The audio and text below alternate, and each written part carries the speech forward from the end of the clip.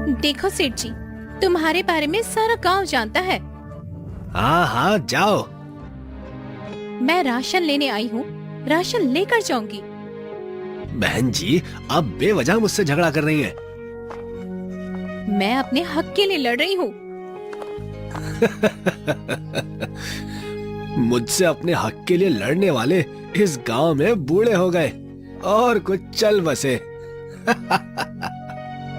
जनकपुर नामक राज्य के एक छोटे से गांव मिलकपुर में निमित और शिवानी दो अनाथ भाई बहन रहते हैं। वो गांव के सेठ अमीर चंद के यहाँ नौकरी करके अपना गुजारा करते हैं। शाम को अमीर चंद दोनों बच्चों को आटा दाल चावल देता है। सेठ जी, ज्यादा सामान दिया करो, इसमें हमारा पेट नहीं भरता है। एक तो तुम दोनों को मैं पाल रहा हूँ, क्या इतना कम है? हम दोनों इतना सारा काम करते हैं। अरे तो पूरे गांव में तुम्हें कोई पूछने वाला नहीं था, मैंने सहारा दे रखा है, उसका एहसान मानो। सेठ जी, वो अभी छोटी है, उसे माफ कर दीजिए। अमीर चंद ने उसे घूर कर देखा और थोड़ा सा भोजन बनाने के लिए राशन दे दिया। सेठ अमीर चंद अपनी दुकान पर बैठा था और खुश होकर पैसे गिन रहा था। वाह वाह, आजकल भगवान कितनी अच्छी कमाई करवा रहे हैं, बस किसी की नजर ना लगे। तभी दुकान पर एक ग्राहक आया। सेठ जी, मुझे 1 किलो चीनी दे दीजिए। हाँ हाँ, बस अभी देता हूँ। अमीर चंद चीनी तोलने लगा, लेकिन 100 ग्राम चीनी कम तोली। सेठ जी, ये तो 900 ग्राम चीनी है। ये ले जाओ। मैं आपको पैसे दे रहा हूं, तो फिर कम माल क्यों लूं? अरे भाई, तुमने ध्यान से नहीं देखा होगा, मैंने पूरे 1 किलो चीनी ही तोली है। सेठ जी, आपको पूरा गांव कंजूस कहता है। क्या? हाँ, लेकिन आप कंजूसी अपने लिए क्या करो, बाकी ग्राहक के पैसे लेकर भी उसका सामान उसे ही देने में कंजूसी दिखाते हो। ठीक है, फिर से तोल कर देता हूँ। अमीर चंद ने वापस चीनी को तराजू पर रखा तो 100 ग्राम चीनी सच में कम थी। बहुत सोच विचार करने के बाद उसने फिर से उसमें कुछ दाने चीनी के डाल दिए, लेकिन उससे वजन में कुछ ज्यादा अंतर नहीं आया। क्या हुआ सेठ जी, इतना क्यों सोच रहे हैं? अब तो आपसे मुफ्त का राशन भी लेने नहीं आया हूँ।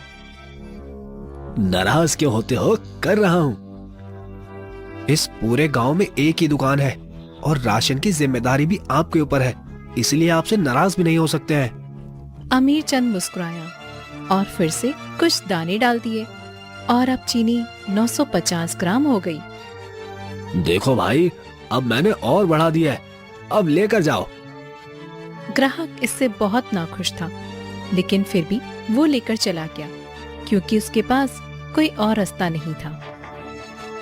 सेठ अमीर चंद के अत्याचारों से दुखी होकर सावित्री ने गांव की चौपाल पर सभी गांव वालों को इकट्ठा किया और उनको बताया कि कैसे सेठ अमीर चंद सबको लूट रहा है। आप सभी लोग मिलकर आवाज क्यों नहीं उठाते हो?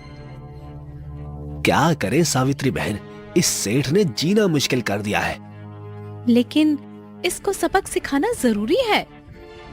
नहीं नहीं, अभी जो ये थोड़ा बहुत राशन देता है वो भी देना बंद कर देगा। कितने भोले हो तुम सब लोग। राजा साहब से वो राशन हमें मिलता है, लेकिन ये बीच में सारा राशन बचा लेता है। हाँ, और फिर उसी राशन को हमें पैसे में बेचता है और पूरा तोलता भी नहीं है। क्या करे सावित्री बहन, हम इसका कुछ नहीं कर सकते। सावित्री बहन, मैं तुम्हारे साथ हूँ। मैं एक बार कुछ लोगों के साथ महल में गया था, लेकिन मंत्री उदयवीर सिंह ने हमें वापस भेज दिया। क्यों? हाँ, और कहा कि सेठ के खिलाफ शिकायत करने यहाँ दोबारा मत आना। अच्छा, इसका मतलब अब हमें ही कुछ करना होगा। बहन जी, सेठ अमीर चंद के परिवार वाले भी उससे बहुत दुखी हैं। वो उनको भी सारी चीजों के लिए ऐसे ही तरसाता है, और उन दो छोटे छोटे अनाथ बच्चों को भी। अगर गांव में सबसे बड़े कंजूस की प्रतियोगिता हो जाए तो ये जीत जाएगा। लेकिन तुम सब मेरा साथ दो, हम सब मिलकर इसे सबक सिखाएंगे। हम साथ हैं, हम सब साथ हैं। और आज की चौपाल खत्म हो गई और सभी अपने अपने घर चले गए। एक दिन सेठ जी बीमार पड़ गए। उनकी पत्नी रेखा उनका बहुत ध्यान रख रही थी। मैं तुम्हारे लिए वैद्य को बुला लाती हूँ। मेरी बात मानो और किसी को भी मत बताओ, मैं यूं ही ठीक हो जाऊंगा। वैद्य ज्यादा पैसे नहीं लेगा। तुम नहीं जानती हो इन वैद्यों की चालाकी। बेवजह कोई ना कोई बीमारी बता देगा और फिर लंबा इलाज चलेगा। अच्छा, बिना वैद्य के ठीक कैसे हो सकते हो? तुम मुझे गर्म पानी दे दो। गर्म पानी के लिए आग जलानी होगी और लकड़ी खर्च होगी जी। हाँ, ये तो मैंने सोचा ही नहीं। अच्छा छोड़ो, तुम एक काम करो, पानी धूप में रख दो, गर्म हो जाएगा, मैं पी लूंगा। रेखा को सेठ की कंजूसी पर बहुत गुस्सा आ रहा था, क्योंकि वो खाने पीने के लिए भी इतनी कंजूसी करता था और उसको जान से ज्यादा पैसा प्यारा था। सेठ हमेशा कहता था कि चमड़ी जाए तो जाए पर दमड़ी न जाए। रेखा ने धूप में रखकर पानी गर्म किया और सेठ जी को लाकर दिया। ये लीजिए पानी और ठीक हो जाइए। अरे तुम नाराज क्यों हो जाती हो? ये सब पैसे मैं तुम्हारे लिए ही तो बचा रहा हूँ। जब पैसे का उपयोग हम अपने आज के जीवन के लिए नहीं कर सकते, तो फिर इसका उपयोग हम कब करेंगे जी? अभी तुम्हारे पास किसी चीज की कमी है क्या? छोटी छोटी चीजों के लिए तरसना पड़ रहा है। तुम क्या चाहती हो कि मैं इतनी मेहनत से कमाया हुआ पैसा ऐसे ही लुटा दूं? मुझे तुमसे बात नहीं करनी, जाइए यहाँ से। रेखा गुस्से में वहाँ से रसोई घर में चली गई। सेठ चारपाई पर बीमारी की हालत में बगैर दवाई के पड़ा रहा। हर दिन की तरह आज भी राजा का दरबार लगा। सावित्री सभी गांव वालों को लेकर वहां पहुंची। मिलकपुर गांव के लोग आज यहाँ कैसे आ गए? इनको यहाँ से भगाना होगा।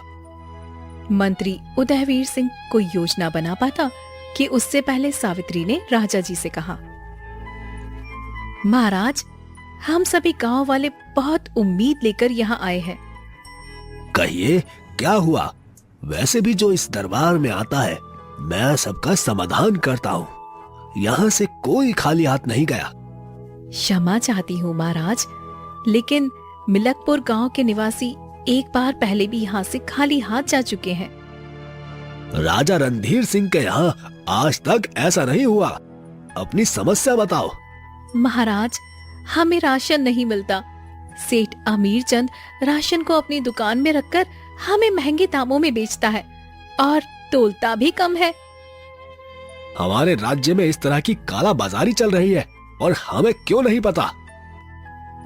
महाराज, मैं अपनी पूरी नजर बनाकर रखता हूँ। इन लोगों को जरूर कोई गलत फहमी है। इतने सारे लोगों को? हाँ, हो सकता है महाराज, या ये किसी भले आदमी को परेशान करना चाहते हो। महाराज, हम झूठ नहीं बोल रहे हैं, हमने आपको बिल्कुल सच बताया है। इस मामले की जांच करो और हमें जल्दी सूचना दो। आप जाइए, हम जल्दी आपका काम करा देंगे। सावित्री सभी गांव वालों के साथ वापस गांव में आ जाती है। निमित और शिवानी सेठ जी के यहाँ से सारा काम खत्म करके अपने घर जा रहे थे। तभी सेठ जी ने बोला, कल सुबह जल्दी आ जाना। कल हम नहीं आएंगे। क्या रे निमित, ये क्या कह रही है? क्यों नहीं आओगे? वो सेठ जी, कल गांव में एक बहुत बड़ी प्रतियोगिता होने वाली है। प्रतियोगिता?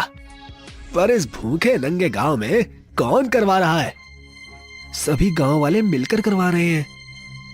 अच्छा, और जीतने वाले को क्या इनाम मिलेगा? मुझे ज्यादा तो नहीं पता, लेकिन मैंने सुना है कि जीतने वाले को एक बहुत बड़ा सोने से भरा मटका मिलने वाला है। फिर तो कल की प्रतियोगिता सेठ अमीर चंद ही जीतेगा। सेठ जी, आपके पास तो पहले से इतना धन है, हमें जीतने दीजिए ना।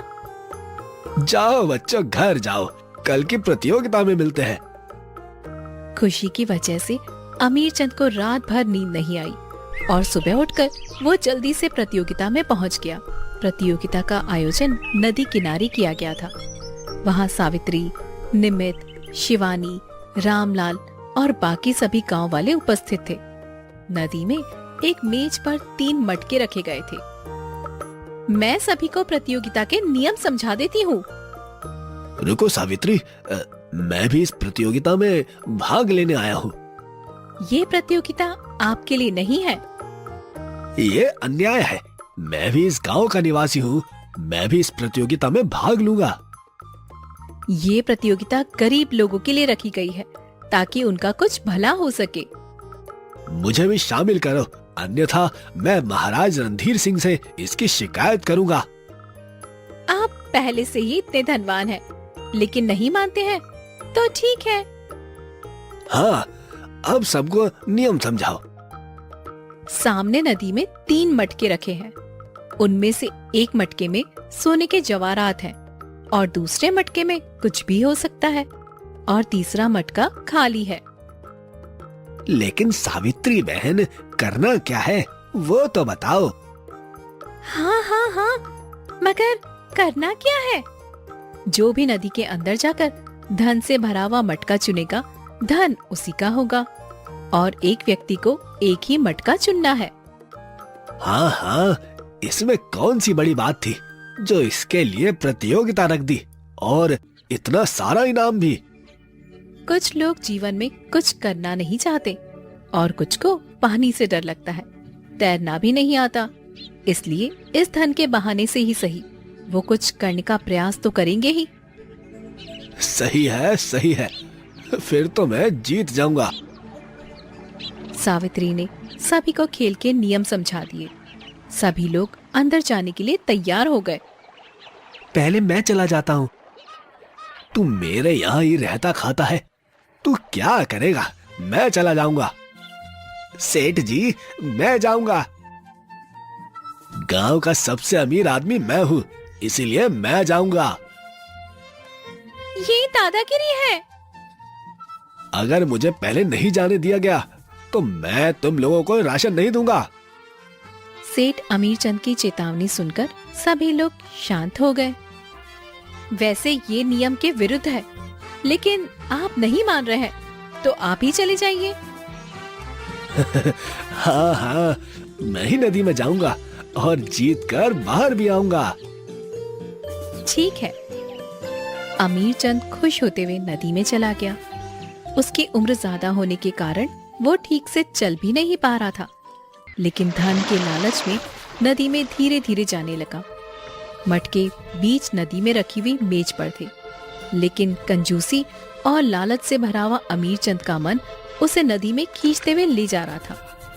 उसके गले तक पानी आ गया, लेकिन वो नहीं रुका। उसके चेहरे पर खुशी अलग से दिख रही थी और आखिरकार वो मटके के पास पहुंच ही गया। अमीर चंद अब और अमीर हो जाएगा। वाह वाह वाह, रेखा भी खुश हो जाएगी। अमीर चंद ने पहला मटका खोलकर देखा तो उसमें कुछ भी नहीं था। उसे बहुत ज्यादा दुख हुआ। गांव वालों को इतनी दूर से कुछ दिखाई भी नहीं दे रहा होगा। दूसरा मटका खोल कर देखता हूँ। नियम के अनुसार अमीर चंद ने बेईमानी की और दूसरा मटका खोला, लेकिन उसके होश उड़ गए क्योंकि दूसरा मटका सांपों से भरा हुआ था।